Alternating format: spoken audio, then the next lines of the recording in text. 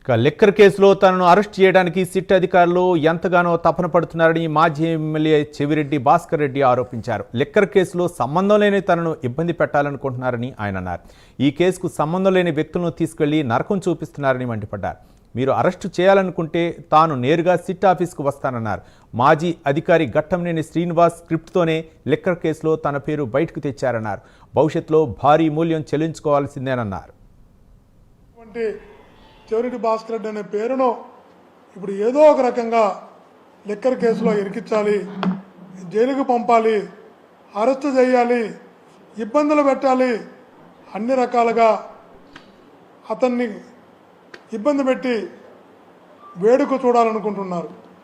అందుకోసం అనేక మంది అమాయకులను అనేక రోజులుగా తీసుకెళ్లి ఇబ్బంది పెడుతున్నారు.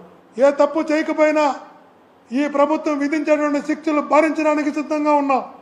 ఏ స్థాయి శిక్ష ఎంత గట్టిగా మీరు ఆలోచిస్తే, ఎంత గట్టిగా మీరు శిక్షించాలనుకుంటే ఖచ్చితంగా చెప్తున్నా అంత గట్టిగా రివర్స్ వస్తుంది. ఏదో ఒక రోజు తప్పుడు కేసులు ఎప్పుడు కూడా నిలవవో, తప్పుడు సాక్ష్యాలు ఎప్పుడు